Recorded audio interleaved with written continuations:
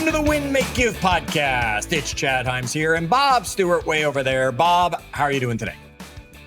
Chad, I'm looking for you to carry the energy here. I'm energyless. I don't know. Energyless. Well, I guess we know what our next episode might be on.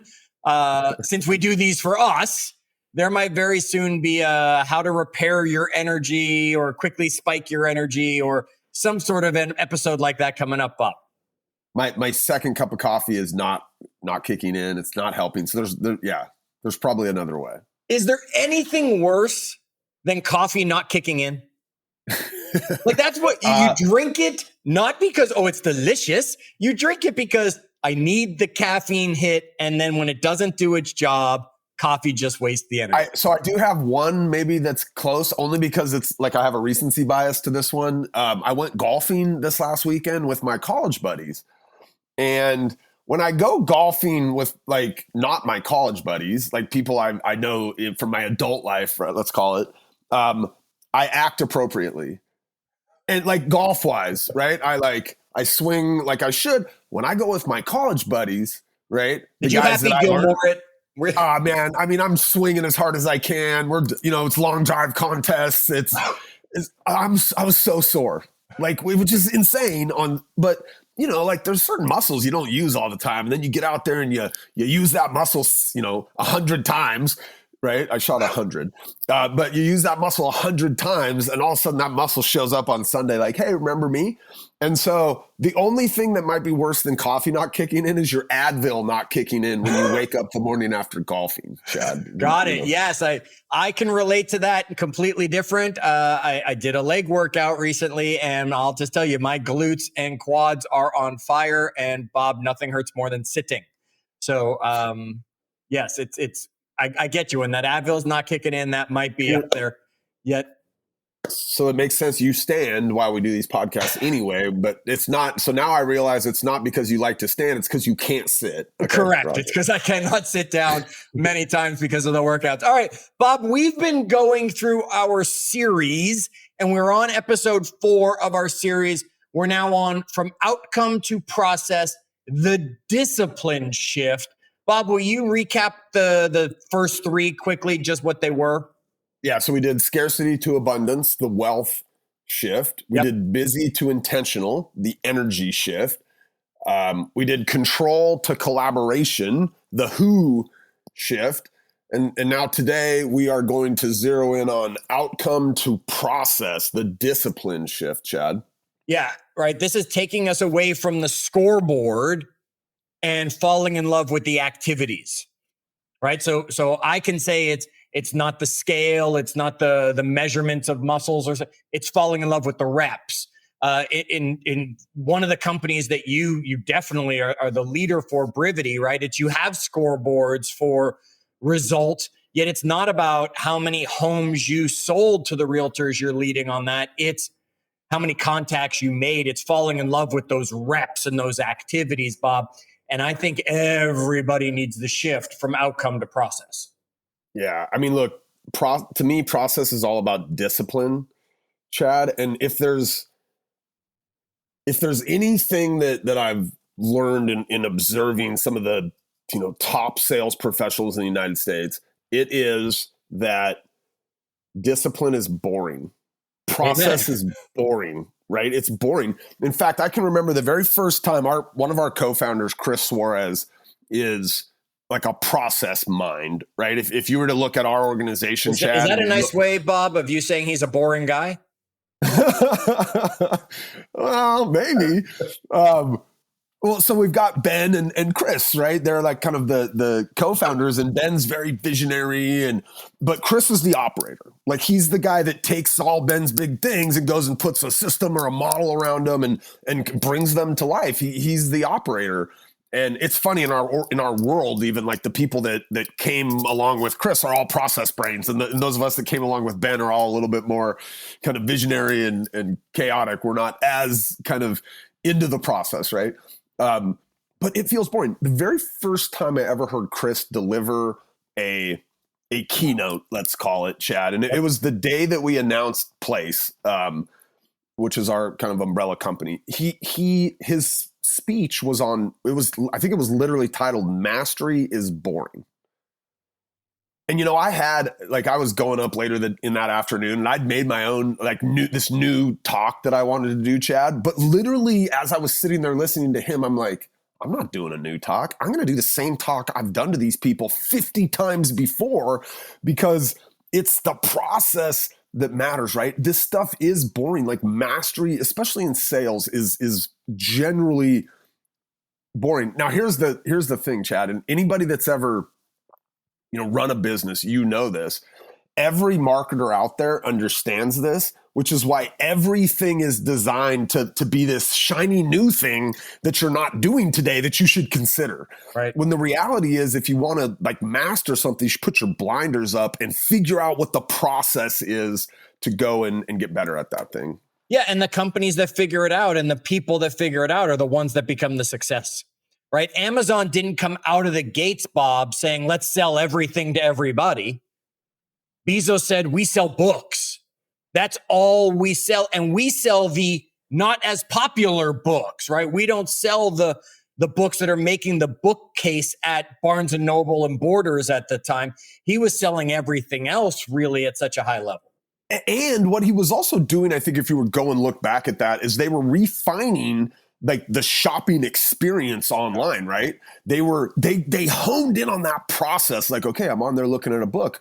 What else in that how can we sell them another book? They're like, oh, what about suggestions down? They just took that one process of essentially ordering something on the internet through the delivery of that thing. That's their process. And they have just laser focused on that one process. Almost everything on the consumer side of Amazon, they've got a whole nother side of the business now. But on that consumer side, it's all about that one process from buying the thing to getting it to my doorstep. And they've refined it. Yeah. And it was books. Yet now it's everything, right? Yeah. Because they figured out the process and said, oh, well, if you'll buy books, maybe you'll buy this. And then maybe you'll buy that. I woke up this morning, Bob, went for a run. Before I left the house, I went to put my socks on. There was a hole in one of my running socks. At 5:30 in the morning, I'm just going click, click, ordering a new pair of, new set of socks to show up. They'll be here later today. And now I get to watch a little truck drive around showing me how close they are with my socks. And I'm completely addicted to where the heck are my socks. All right. It's the process, folks. Yet we are wired to chase results. I mean, we don't talk about the basketball player that shows up and shoots free throws until he's won the trophy, right? Then we say, oh, well, look what Michael did, or, oh, look what Kobe did, or, oh, look what, Curry did, all that kind of stuff. It's all about the medal. It's all about the money. We don't sit there and say, oh, look at what that person's doing. No, we look at the person like Jeff Bezos, who's making a fortune, and saying, oh, now we are wired, Bob, to chase results, not focus on the boring process that brings the results. Yeah. I mean, it starts early, grades, right? It starts early. My kids are getting into the place where they're in tournaments in the third grade and they get medals. And I actually do. I love the program that my kid's in a new basketball program. And yes, I brought it up. There it is. Check it off your bingo card. He's in a new program, but they're totally focused on the process, right? They're, it's all about the process. Yeah. It's cool to win the trophy, but this is everywhere. Like you said, nobody celebrates Kobe Bryant. I mean, we do in retrospect. Once they commit to the process and they go and they win 5 titles, now we're like, oh wow, look how he did that. It was but during the 15-year span that Kobe was in the NBA, we weren't really talking about his process, right? We were talking about the titles that this guy has won. And in retrospect, we go back and try to uncover, well, how did he become that thing? Oh, holy crap, it was a process that he had every single day. Right. No one knew about the hill that Jerry Rice climbed every day and ran up until he was the top receiver going for the Hall of Fame, that then they told the stories. Every one of these stories you hear of these people that do crazy things, it's the retrospective look back at how they got to where they result, right? We celebrate the result and then say, oh, folks, we need to fixate on the activity Because when we fixate on the outcome, Bob, we get stress, we get disappointment, and we get inconsistency. How many nights of sleep have people lost because they're focused on the result, not, oh, tomorrow I just need to dribble for an hour. I just need to make calls for an hour. I just need to, go run. It doesn't matter how fast it is. I need to do that. No, they focus on, I need to be skinny. I need to be rich. I need to be well-liked. And that's what brings the stress that comes with it, Bob. Aristotle said it so well. It's one of my favorite quotes of all time, right? We are what we repeatedly do. Excellence then is not an act, but a habit. Right? Where are you being excellent and where are you not? And if you can be excellent as a habit, the results will show up. Yeah. Chad, the American Society of Training Development says people that set specific goals are 65% more likely to achieve them. But people that set the same types of goals, but then build a process, an accountability process around that, increase their success to 95%. Like they're increasing it, I don't know what that is, 75% above just setting goals. Yeah. Right. Like I'm much more likely to hit my goals if I actually, we see this all the time, like in our business, in the real estate business, right? The person wants to go sell 40 houses. Awesome. Like simply saying I want to go sell 40 houses and knowing that's my North Star, that'll help a little bit. But what's really going to help you is unpacking all the way back to like, what do I got to do that? And having that process in play, now you're 95% more likely. I mean, that's almost a guarantee. That's as close to a guarantee as you're going to get. Yeah. Right. You just need the accountability, Bob, to go along with it so that you actually do the activities. Because how many people know the activity, yet still it's boring, Bob. So I don't want to just sit there and make those dials. They know it, but they never quantify it. They never break it down. They never make it a daily kind of habit and know kind of what is the habit I need to get into daily to get to the place where I'm talking to 20 people a day or whatever the math tells me. Look, I'm a firm believer, all sales funnels are a math equation. Just how many points along the sales funnel are there and how do we, what are the conversion rates along the way? Like the more I've looked at sales businesses, the more I believe that's a fact. And so that whole funnel is a process, right? Folks, stay tuned to the end of this episode. I have something I want to challenge you all with, yet this isn't the moment to bring it up. Bob, make sure I add that. Okay. Let's keep going on this, folks, and talk about process beating outcome and the reason. So, Bob, process, as we've said it again and again, that's the daily repeatable actions in your control. Let's get outside of work. In your life, Bob. What are some of the daily repeatable actions within your control that should become a process, even though that sounds cold? Well, I mean, I don't know. I think of things like journaling. Yep. Right. That would be a process for me that helps me kind of relieve some stress. Right. I would think of things like, I don't know, read your kids a bedtime story. I mean, are they? Yeah. We do homework, like right when we come home from school, right? It's homework time. One of my boys right now is struggling a little bit with his high level or his high number multiplication tables. So every day we come home, he spends 20 minutes on this little map thing that teaches him those. And then we do a couple quizzes and we have a lot. Look, my wife is a process brain, so everything around here is a process. We have a process the kids come home, the lunch boxes come out, we refill the lunch boxes, they get set aside for the next morning. Like there's a lot of processes that most of our households that operate, I don't know, but we have a super clean house. We have 2 kids, and my wife is like, I don't understand those people have messy houses, and then they say like, oh, messy houses are a sign of love. She's like, no, they're a sign of no process. There's no process in your house to make sure, like, as things get out of whack, that they get back in order, right? I don't know. Processes show up everywhere. Absolutely, right?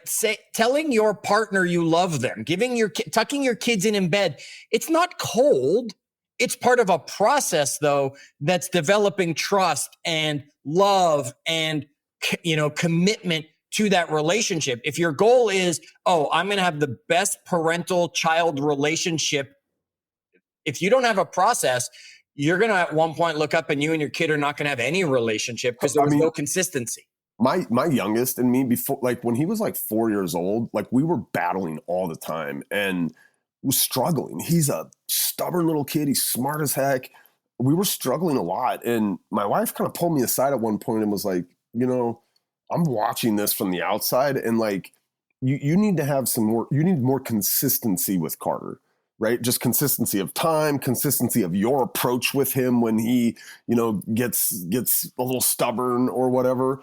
And I think more than anything, just the consistency of time with him allowed me to have, just a closer relationship with him, which made it easier to be able to handle those other things. Like, yeah. And it was just a process. It was like, okay, every day after school, we're going to spend this time together doing this thing. And it made it easier. And that's it. It's a process which has strengthened your relationships, right? Athletes focus on performance or their form. How many times do you hear, you got to get that swing just right in golf or in baseball, you got to practice that form. Entrepreneurs on doing calls and follow-ups and the things they're supposed to do. On teams, it's, how are we helping each other to come? And you just gave us great examples, Bob, of parental, so we can take it to another level. Think about in the wealth series, we talk about it. What would it look like if you were putting small amounts? Consistency had a process towards your future savings and said, every month I put $50 in my Robinhood account and I buy, $25 of that goes to blue chip stocks. I don't even know if they use that term anymore. Or I put it into my 401k, or I put it into my whatever it's going to be. Those are processes that are going to financially change your world. They're everywhere. We see them, folks. James Clear. I love this quote, by the way. Right. And this is James Clear we're quoting, yet, boy, haven't you heard it from about 20 different people where they just change one word, yet it's all the same thing. And it's, you do not rise to the level of your goals. You fall to the level of your systems. Substitute processes right there. We can change it and now say it's a Bob and Chad quote, yet it fits perfectly for what we're talking about, Bob. Yeah. Okay, let's keep going. What do you got for us next as we continue our shift in the discipline area? I think in the absence of a process, you generally just create stress, right? Okay. Because like if I have let's say my goal is to hit $100,000 in sales this year, yep. but I don't back into how I'm going to get there. That's just my goal. Like every day I'm going to show up with this level of stress that says, I know I got to get there, but I'm not exactly sure how. Like, I don't even know how you would go about like getting to there without like the process that was going to do it. And we see it all the time, Chad. We see people join a sales organization and they're like, they're ready to go. And they join because they think that, there's a lot of money to be made, but they show up on day one and they're like, okay, what? Right. And I don't know, like our organization, I think has done a really good job of like creating a process for somebody to just tap into. And the reality is, they're out there, but most people's brains are not wired that way. They're wired to show up and go, I want the gold medal. Yep. Right. I want the A on the paper. I want, Bob, I always told people all the time that give me an agent that's and in real estate, I would say, give me an agent that's done a few deals and then a few more deals and then a few more deals over that agent that came out of the gate firing, right? Your mom's an exception because she had a process that someone gave her that she just said, I'm just going to follow this, right? And had a lot of success with it. Yet there's a lot of people who show up in a sales industry and just do really well in year one. And in 3 years later, you've never heard of them again, right? Because they didn't have a process. They just had luck. They just had opportunity. They just had the market on their side, whatever it was, that they got results at a really high level, yet without the process, it wasn't repeatable. So there was that stress the next year is I have to do better, yet I don't know how I got where I was in the first place. Whereas if you have a system, you might not start as high as that person that just fell into it because yet you will in 2, 3, 4 years well surpass them. It's the tortoise and the hare story. I'll use a line from Brian Gubernick. The process behavior, like people that show up and are very process minded, they're weird. Because it's not normal, right? It's not normal to just be like, all right, I'm going to submit to this process. I'm going to be bored as shit doing it. I'm probably going to want to just pound my head against the desk, but I'm going to do it. Yep. Like it's super abnormal and rare. But when you see somebody doing it, you're like, duh, like that's the way you do it. And here's the thing, Bob. Someone has your process waiting for you most of the time. Yeah. Right? They're sometimes, okay, Ben and Chris in their situation, maybe they're creating new processes because they're building something new. Bezos created new processes because he really transformed shopping online. Yet years ago, when I used to host the 15-Point Plan podcast with Jolene, it's still out there being run by Jacqueline and Ryan doing an amazing job with it. Check out the 15-Point Plan podcast in the Win, Make, Give world. I documented my journey through some health transformations. I found Jackson Bloor, who was a coach, a trainer, and I just followed the process. I said, Jackson, I love to go on long runs. And he said to me, no more, right? That's not the process for what we're working for. And I just said, okay, I'll follow your process. And Bob, I got as fit as I've ever been. I got as low body fat as I had ever been. Because I followed a process that was put in front of me. I didn't decide what to eat. I didn't decide what exercise to do. I just said, hey, you've had success. Tell me your process. I'll follow it. Folks, there's always someone one step ahead of you following a process that all you need to do is ask them. They'll give you the steps. The question is, will you follow them? I see so many people that just the boredom is what kills most people, Chad. And like I said, there's a marketer right now sitting in their chair looking to give you the solution to your boredom. That's a less effective method than the thing you're doing that's making you bored. Correct. There's 100 sounds marketers. Easier. Yeah, there's 100 marketers out there trying to give you the easy button, but the reality is there are no shortcuts to real success. If you send Bob and I $100, we will send you the system that will bring you success. Bob, I don't know how many people are about to send us money, but be ready for it. It's probably coming.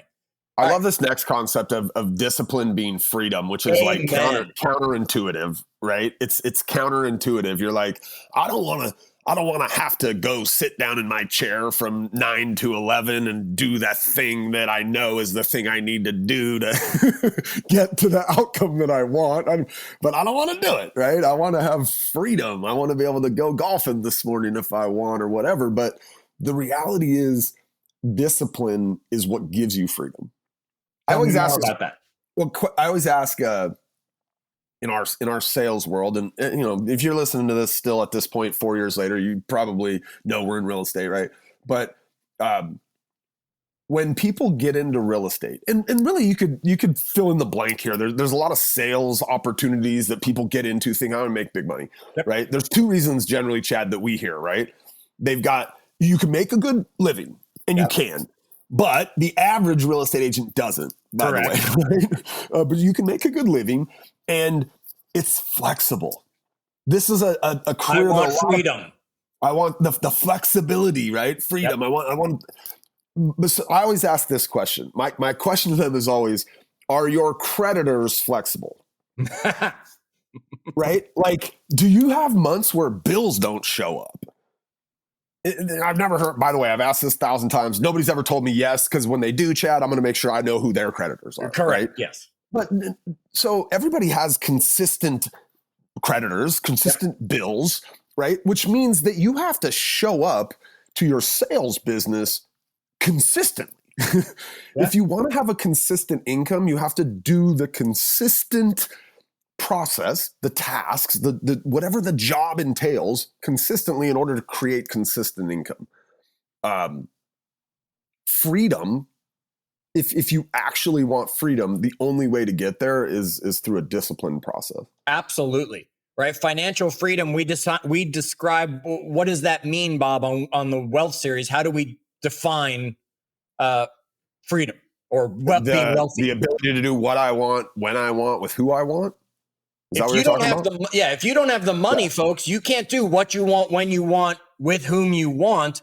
When you have the money, you're able to do it. And people say, oh, well, no, you need the discipline to get there, right? You need the discipline to be able to say, I'm making the money that I can now take that time off. I can decide I want to go golf today instead of because I've done this. I want to go on that trip. I want to take my friends. I want to retire at 35, right? Because you've done the discipline activities, you've created that financial opportunity for yourself.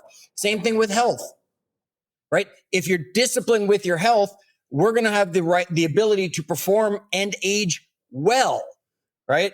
I'm going to probably, Bob, I don't wish this upon you, yet when you and I get to the same ages as we get older, I'm probably going to have less pain, more mobility, ability. You're going to be like, no, I'm not going on that trip at this age. I can't go golfing with you. Let's go. I can't go golfing with you college buddies anymore.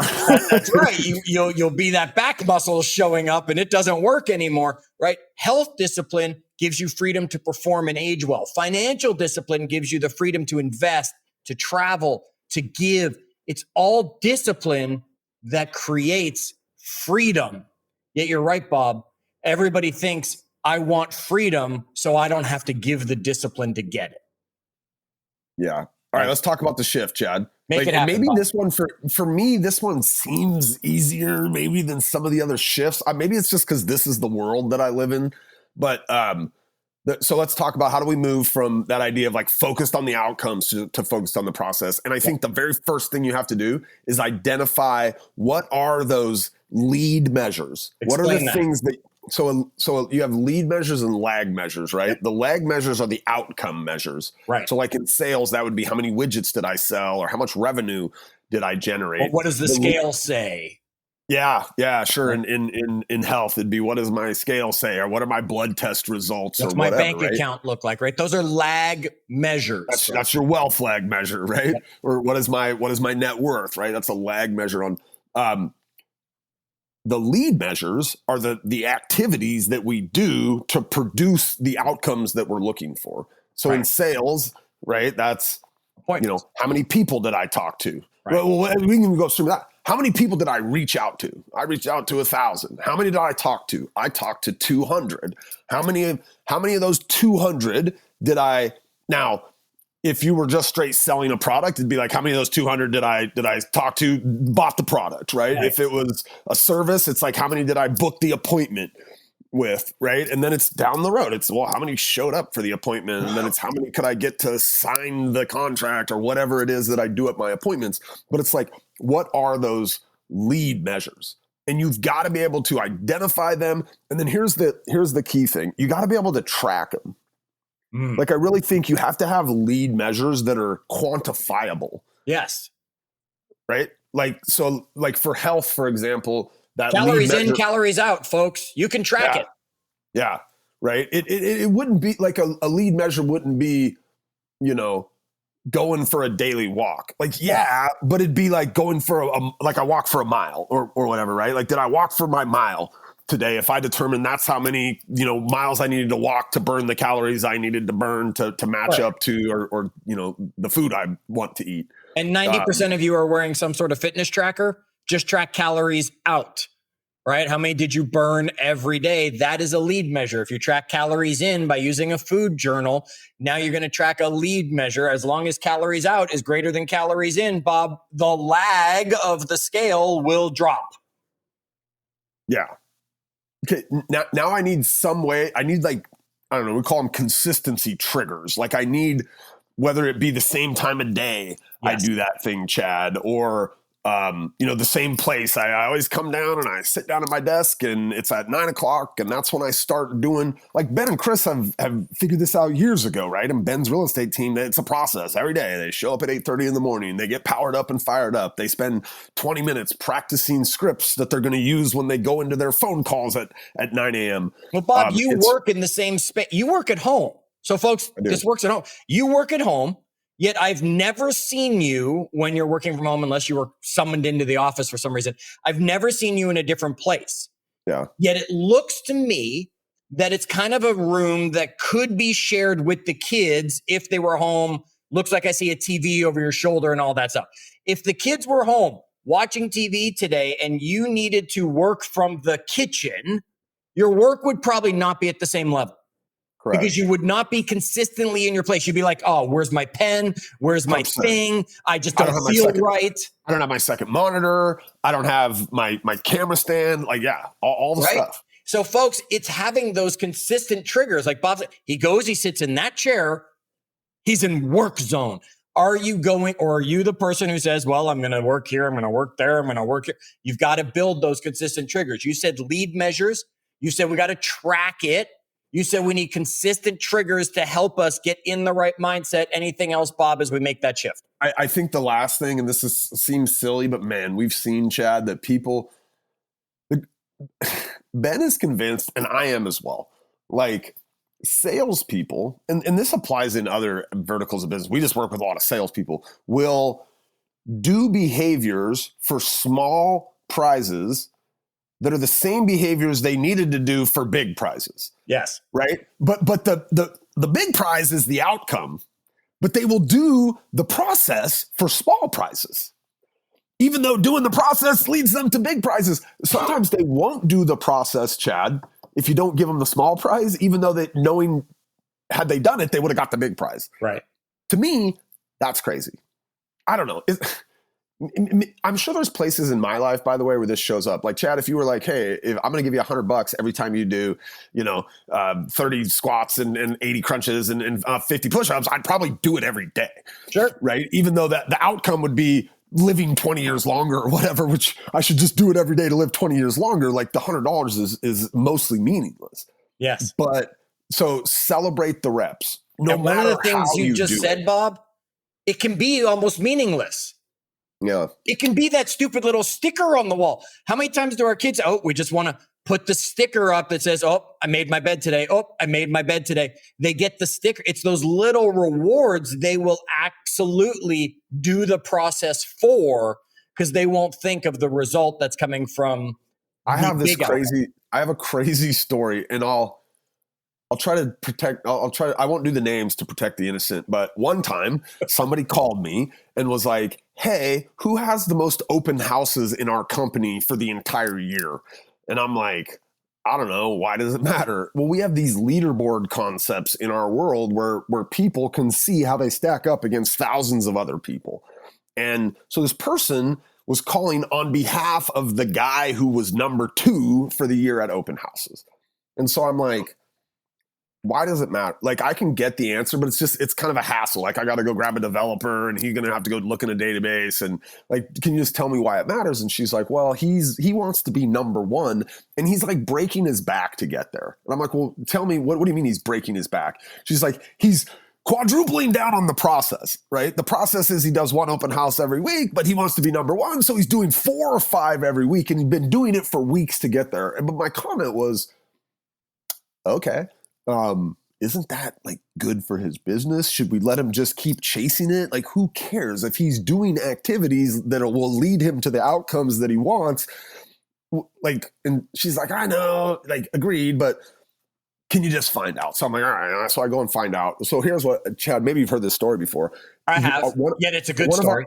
One of our developers had keyed in that he had done 10,000 open houses when we were testing the thing right before we put it out to everybody. And so it was just stuck in the database as this one guy that had 10,000 open houses. And so this agent was essentially chasing a ghost. Here's the crazy part. Once he knew that he was number 1, he let off the gas. Right. Which in my head, I'm just like, what? You were literally doing this just to be this meaningless number. But yeah. Right. So celebrate the reps, figure out how to sometimes put maybe even meaningless value or meaning around the reps, and watch. People will actually do more if they think there's, something to attain there with the reps themselves. Excellent. Folks, shifts don't happen in a moment. They happen through repetition. Keep flipping your switch until these mindsets become your default. And remember, today we focused on the discipline shift, going from the outcome being your focus to the process being your focus. Now, Bob, I said earlier, I have a challenge for everybody out there. I think we might need to do a win, make, give bingo. You brought it up earlier. So audience, here's what I want from you. I want some ideas of what should go in each square. You've been listening. You know Bob and I enough. Maybe one of the squares is Ben shows up on an episode, right? Maybe one of the squares is Chad makes fun of Bob. Maybe one of the squares is Bob mentions, his son playing basketball, right? Basketball, yeah. I'm going to put a post in our Facebook group when this episode drops. I'm hoping you'll come in and tell us what sort of things should go on the win, make, give bingo card. Because, Bob, we might just have to play bingo each and every week and give away some prizes for our win, make, give. What would some of them be? Bob's on vacation. That would be a good one. Well, that's center square. That's like the free square that Bob's out this week, right? Well, there we go. Chad just made fun of Bob. That's definitely a square. What else do we have? What else would we have? I don't know. I like this game a lot. We got to be thinking about this, and we need your help, audience. You've been here long enough and played along with us. Help us come up with the squares, and we can shuffle and juggle up some bingo cards for win, make, give. Until that happens, do good.